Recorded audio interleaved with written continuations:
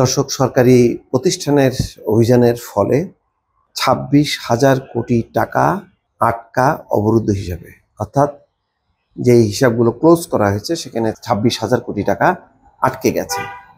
আজকের পত্রিকার রিপোর্ট, সেখানে বলা হচ্ছে ছাত্র জনতার অভ্যুত্থানে শেখ হাসিনা সরকারের পতনের পর অর্থ পাচার রোধে ব্যাপক সক্রিয় হয়ে উঠেছে Bangladesh financial intelligence unit BFIU।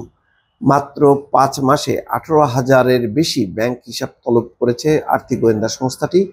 অবরুদ্ধ করা হয়েছে, অর্থাৎ ফ্রিজ করা হয়েছে বিগত সরকারের আমলে প্রভাবশালী অনেকের ব্যাংক ও BO বেনিফিশিয়ারি ওনার্স হিসাব। এইসব হিসাবে আটকা পড়েছে ২৬,০০০ কোটি টাকা।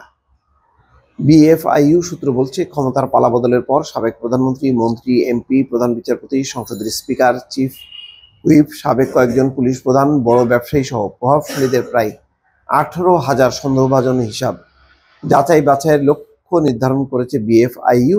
বিশেষ করে বড় লুটপাটের সঙ্গে জড়িত ছিল এমন ১৩০টি কেস নিয়ে কাজ করছে সংস্থাটি, যার সঙ্গে ব্যাংক BO হিসাব অবরুদ্ধ করে প্রায় ২৬,০০০ কোটি টাকা আটকে দেওয়া হয়েছে। এসব কেসের সঙ্গে ৪ শতাধিক ব্যক্তির সংশ্লিষ্টতা পাওয়া গেছে। তার মধ্যে বেক্সিমকো গ্রুপের কর্ণধার সালমান F রহমান অন্যতম। শুধু সালমানের স্বার্থ সংশ্লিষ্ট ব্যক্তিগত যেসব হিসাব অবরুদ্ধ করা হয় তাতে আটকা অর্থের পরিমাণ প্রায় ৬,৮০০ কোটি টাকা। চিন্তা করেন কি পরিমাণ টাকার মালিক তারা।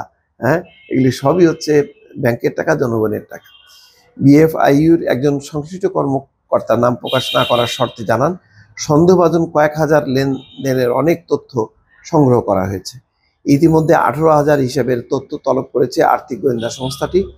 তার মধ্যে ১৩০টি কেসের সঙ্গে যুক্ত সব হিসাব অবরুদ্ধ করা হয়েছে। চলতি মাসে তথ্য পাওয়া আরও ৬০০ হিসাব যাচাই বাছাই শেষ করা হতে পারে।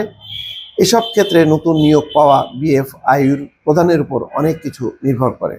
BFIUর তথ্য অনুযায়ী অবরুদ্ধ ব্যাংক হিসেবে ১৪,০০০ কোটি টাকা এবং পুঁজিবাজার BO হিসাব থেকে প্রায় ৭,৫০০ কোটি টাকা জব্দ করেছে BFIU। এর মধ্যে সাবেক প্রধানমন্ত্রী, শিল্প উপদেষ্টা সালমান F রহমানের অর্থের পরিমাণ ৬,৮০০ কোটি টাকা, আর ব্যাংক ও পুঁজিবাজারের অনুযায়ী হিসেবে আটকা অর্থের পরিমাণ প্রায় ৪,০০০ কোটি টাকা।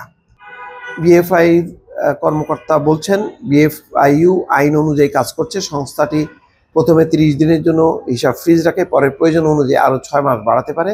এরপর সংশ্লিষ্ট সংস্থাগুলো আদালতের অনুমতি নিয়ে সময় আরও বাড়াতে পারে। যাই হোক, এখানে বিপুল পরিমাণ টাকা আটকে আছে।